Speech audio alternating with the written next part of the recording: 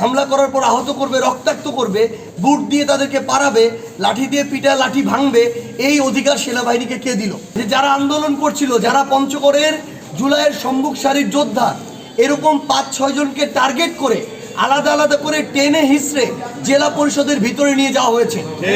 শরীফ ওসমান হাদিকে হত্যার 1 মাস হয়েছে, এখন পর্যন্ত তার খুনিদের কোনো বিচার হয় নাই। সেজন্য পঞ্চগড় জেলার ছাত্র জনতা, সাধারণ মানুষ সকলে মিলে আমাদের ওসমান হাদি ভাইয়ের খুনিদের বিচারের দাবিতে তারা এখানে আজকে একটি বিক্ষোভ করছিল। এই বিক্ষোভের মধ্যে যখন বিক্ষোভ শেষ ঘোষণা করা হয়েছে বাইকে, তারপরে সেখানে সেনাবাহিনীর একটি টিম, যেখানে কমান্ডার নিজে উপস্থিত ছিল, অফিসাররা নিজে উপস্থিত ছিল, তাদের উপস্থিতিতে সেখানে যে কাজটা করা হয়েছে, তাদেরকে অতর্কিত হামলা করা হয়েছে। কাদেরকে অতর্কিত হামলা করা হয়েছে? যারা সেখানে শান্তিপূর্ণ একটি আন্দোলন করছিল এবং সমাপ্তি ঘোষণা করে চলে আসছিল। সেখানে আমরা যখন পুলিশের সাথে কথা বলি, পুলিশ স্পষ্ট করে কথা বলেছে যে এই আন্দোলনকারীরা তারা তো তাদের জায়গা থেকে আন্দোলন শেষ করে শান্তিপূর্ণভাবে চলে যাচ্ছিল। এরপর সেনাবাহিনী কেন সেখানে এসে হামলা চালালো, এটা তাদেরও বোধগম্য নয়।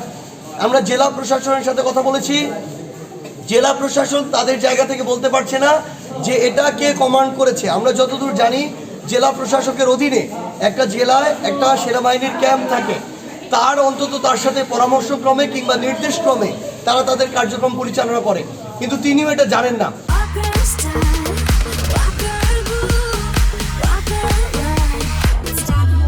জেলা প্রশাসক জানেন না, পুলিশ সুপার জানেন না, সেনাবাহিনী এককভাবে কিভাবে কি কারণে কার নির্দেশে এই কাজটা করলো এটার জবাব লাগবে। এখানে সেনাবাহিনীর যিনি এখানে কমান্ডার, তিনি এসে বলে যাচ্ছেন তারা যেটি করেছে ভুল করেছে, এই জন্য তারা দুঃখ প্রকাশ করছে। মানে ভুল করে যখন মন চায় কাউকে বা কয়েকজনকে, অনেকজনকে অতর্কিত হামলা করবে, হামলা করার পর আহত করবে, রক্তাক্ত করবে, বুট দিয়ে তাদেরকে পারাবে, লাঠি দিয়ে পিটা লাঠি ভাঙবে, এই অধিকার সেনাবাহিনীকে কে দিল?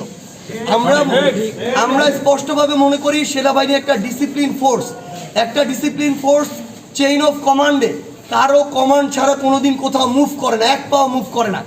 তাহলে এখানে আমাদেরকে স্পষ্ট করতে হবে কার কমান্ডে এখানে তাদের উপর হামলা করা হয়েছে, কেন করা হয়েছে।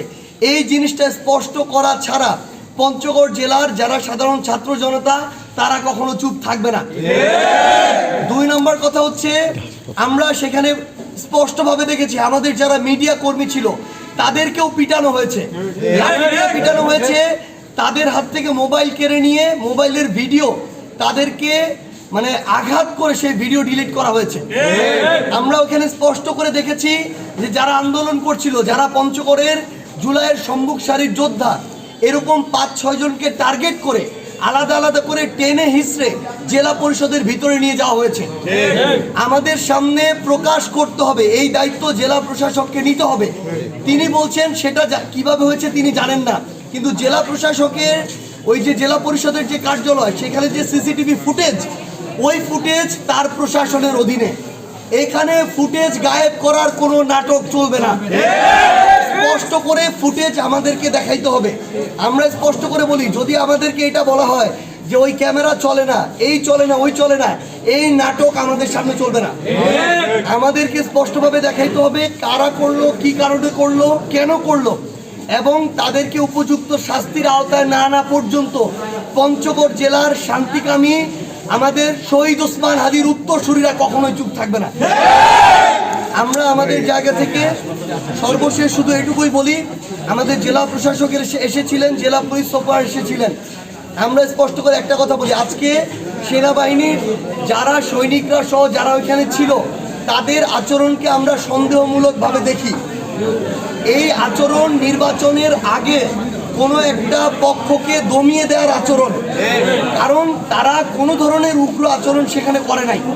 আমরা স্পষ্ট করে বলছি, এটার যদি উপযুক্ত যারা দোষী তাদেরকে শাস্তির আওতায় না আনা হয়, তাহলে এখানে যদি কোনো অস্থিতিশীল পরিবেশ হয়, সংশ্লিষ্ট প্রশাসনের দায়িত্বশীলদেরকেই এই দায়িত্ব নিতে হবে।